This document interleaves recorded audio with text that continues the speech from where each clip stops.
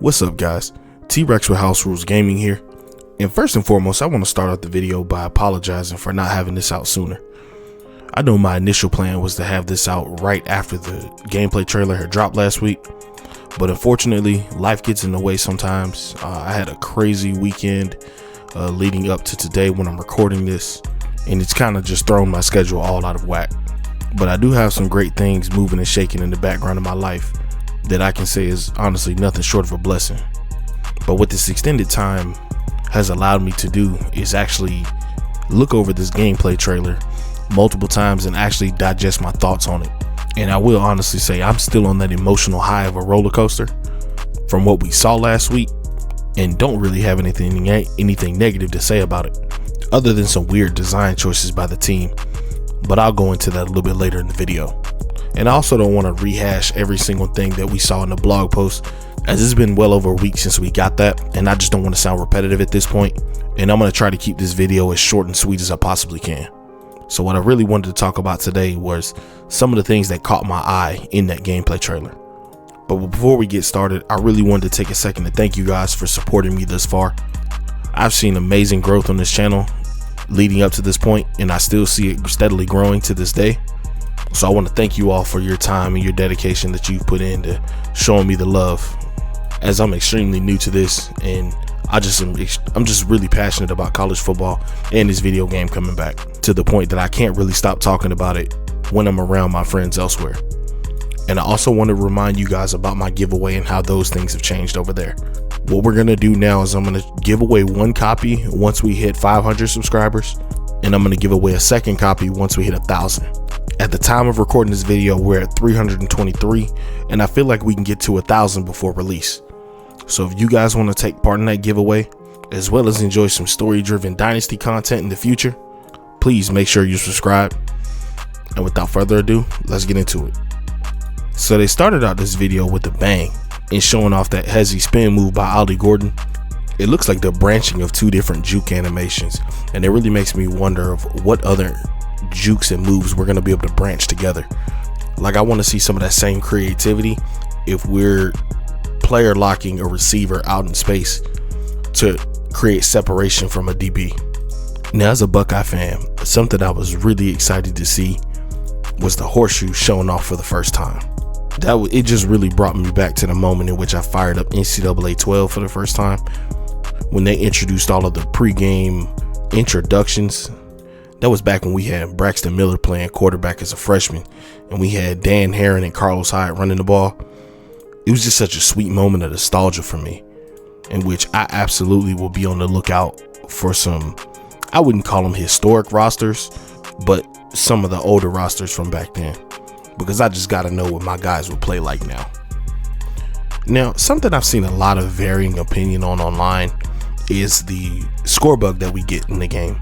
I, for one, think it's a good looking score bug, considering that it's an EA original one. I feel like it has a nice college football touch and the personality of one as well too. But most of the discontent that I've seen was around the fact that it wasn't the ESPN score bug, which, if you were unaware, there is no ESPN branding in this game at all. But to me, that's a good thing, because what a lot of people don't realize is EA has to spend money to acquire the rights to use those things in the game, and I would much rather that money go into the development of the game and giving us more features in it that we want, than something that's just a vanity piece like a score bug, and ESPN wipes for that matter.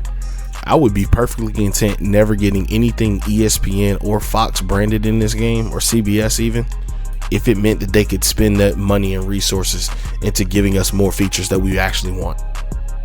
Now, this is something small, but it makes a huge visual difference in my opinion, and that's that the sidelines look a lot more full in the appropriate areas. I'm talking about in the areas outside of the players box, where you see a lot of the on-field staff just standing around, the camera crews.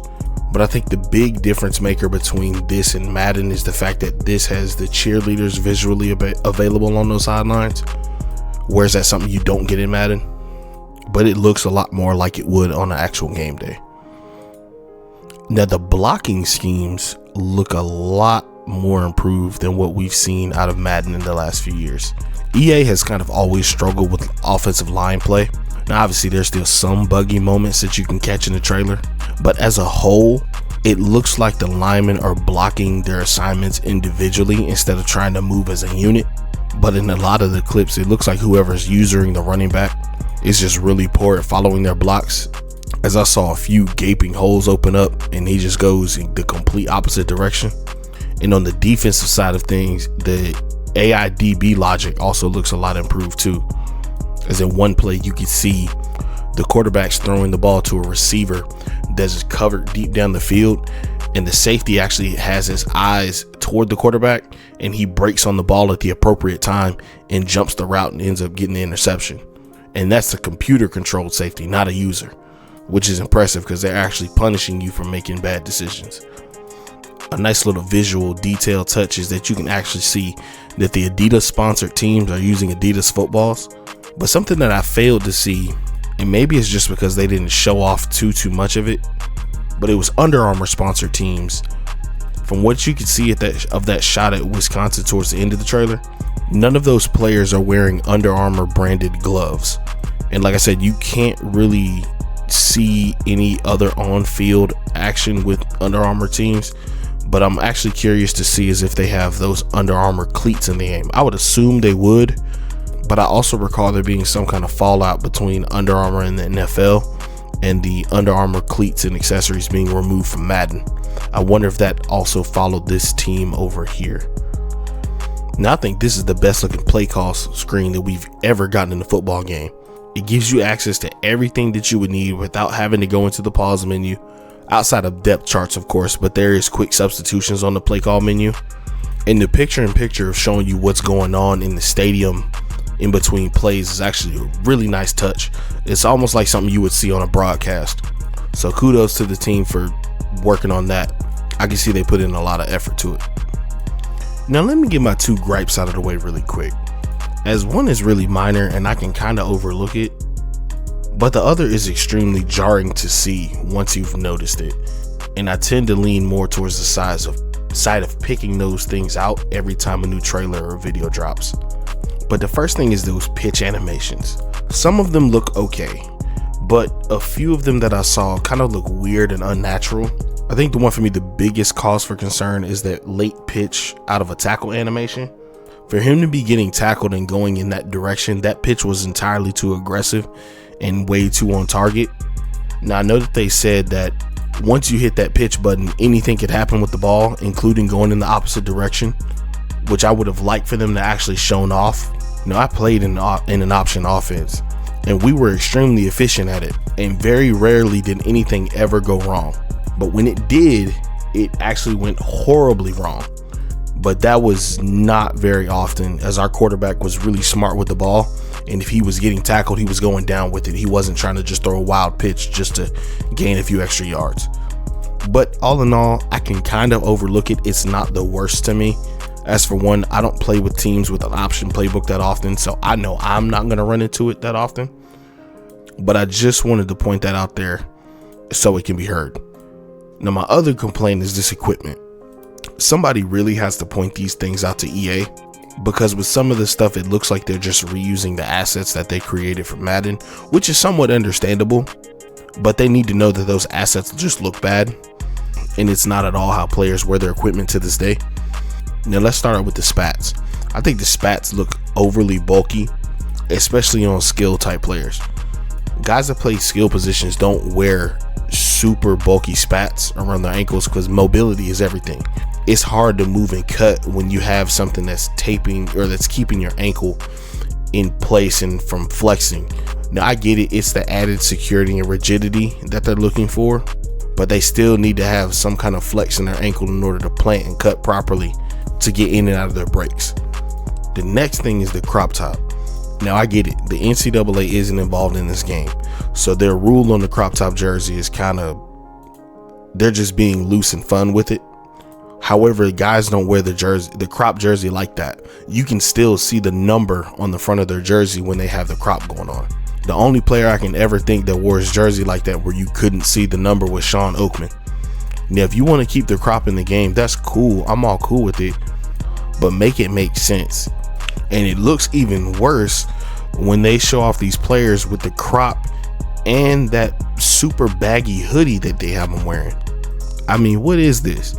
This just looks stupid. They got the guy with they got one sleeve with the baggy hoodie, and the sleeve that they do have is a baggy hoodie sleeve. Like, it just doesn't match. Now, if it's too late in the game development process to fix those models, I completely understand, but that needs to be addressed at some point. And I do have somewhat of a solution that I think is reasonable for them to perform, but I'm going to save that for my final thoughts later on in the video. Now, with my gripes out of the way, let's talk about this passing meter. This passing meter looks super intriguing to me.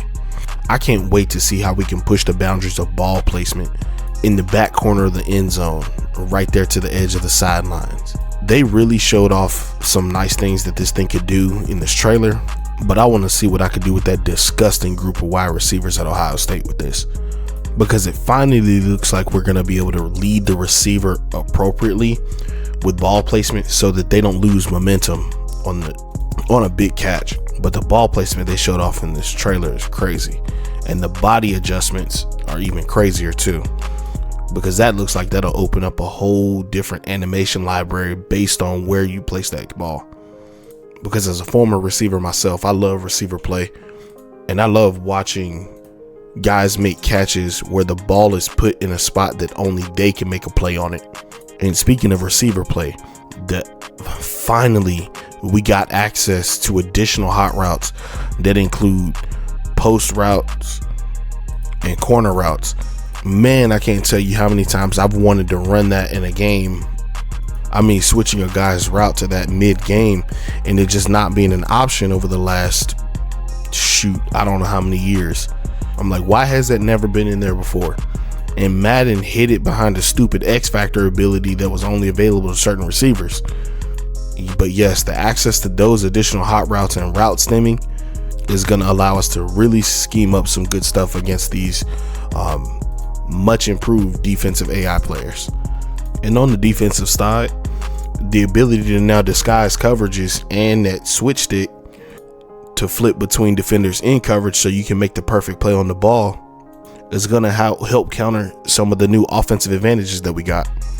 So this is truly some of the most user control that we've got out of a football game as far as I can remember, and I'm here for all of it. Now, this new kicking meter looks complicated, but as it should be, as kicking, especially at the college level, is not easy, as guys in college can't regularly hit 50-yard field goals. Unfortunately, I know all too much about that, but a nice added touch, as it'll make the kickers that are actually good feel like they are good. And can we please get a big thank you for them not forcing us X factors in this game. Instead, we got a whole new ability system that I feel represents the college game much better than what they get in X Factors. And the simple fact that it's not guaranteed boosts make it all that much sweeter. Now, here's some of my final thoughts on what we saw in this gameplay trailer. First and foremost, let me get the bad out the way. If they can't fix some of the models that they already have in the game, what I really would like to see them implement, and even if they could fix the models that they have in the game, something I think we need and that we have needed for a very long time in sports games is bulk equipment editing. A system in which we could go in and manually adjust these things for all players in the game. The first thing that I would change until they actually fix this model is the crop top. Take them out. I don't need them. I don't want to see them because it's not modeled right anyway. To me, that's got to go. The second thing would be the hoodie. Now, I want to continue to see the hoodie in the game, but I don't want to see that single sleeve, whatever that mess they got going on there. Either make it a sleeveless hoodie or make it a fully sleeved hoodie for, let's just say, cold weather teams. I'm okay with that too, but I need to be able to change that. I'm going to spend a lot of time going through and making all of those edits for that, if possible, obviously. If that's something that we can't go in and edit, I'm actually probably going to lose my mind over it. The spats are whatever to me. Eventually I don't know that I'll notice that too bad. I mean, maybe it'll bother me, maybe it won't, but that's still TBD, I guess. But the pad height is another thing. All of the pads on these players sit way too high. I would need to be able to manually adjust it to where everybody in the game is wearing the smallest set of pads possible. That includes offensive and defensive linemen, linebackers, everybody. The pads just are way too high. It's something that EA has constantly had issues with. The pads have always looked bad. I've talked about this in other videos in the past, but they really need to get in touch with whoever makes the mods for Madden and have them come on and work on that. But the wear and tear system will be a refreshing add. That's something I'm extremely happy to see it get implemented. I've heard a lot of people say that's actually played the game say that it does need some tuning. We'll see. Like I said, I'm gonna play with it. I don't intend on turning it off. I like to see a lot of the subbing in and out of games. Maybe not for my quarterback, but for my running backs and receivers especially. The same thing with my linebackers and DBs. They should be coming out. Oh, and the D-line as well. They should be going in and out play after play. That's how you see it on Saturdays. I want to see it in the game too. I'm sick of having to manually sub in different running backs because I got guys that are repeatedly having 200-yard games. If I'm handing the guy the ball that much and he's actually, maintaining like that, he should feel the effects of those 200-yard games and not be able to do that on a week-to-week basis. I noticed they did something with the running animations. I like it. To me, it looks like some of the most lifelike running that we've seen. I know for years there, they had some weird stride animations when guys were running. It almost seemed like every single run, it looked like they were going from dead stop to full sprint instantly. There was no build up to the run. Like their weight didn't matter, their acceleration didn't matter. But this looks good. Like every instance I've seen, it looks, like I said, the most lifelike I've seen in a football game. I think the player badges will make a huge difference between your star players and your regular guys and backups. And so will experience matter as well. I want my freshman to feel like a freshman if he has to get thrown into the game. So I'm excited to see that. And I think the tool set that we've been given to call plays is probably the most advanced that we've ever gotten in a football game. And I love it. So that's going to do it for me, guys. What do you all think? What were your opinions on the gameplay trailer? I'm really curious to know what those are. So if you could, please leave those down in the comment section for me. And please, while you're down there, go ahead and like the video and subscribe to the page, for one, so you don't have to miss out on the giveaway. And two, if you enjoy this type of content, you don't have to miss out on seeing more. Stay blessed, y'all. I'm out of here.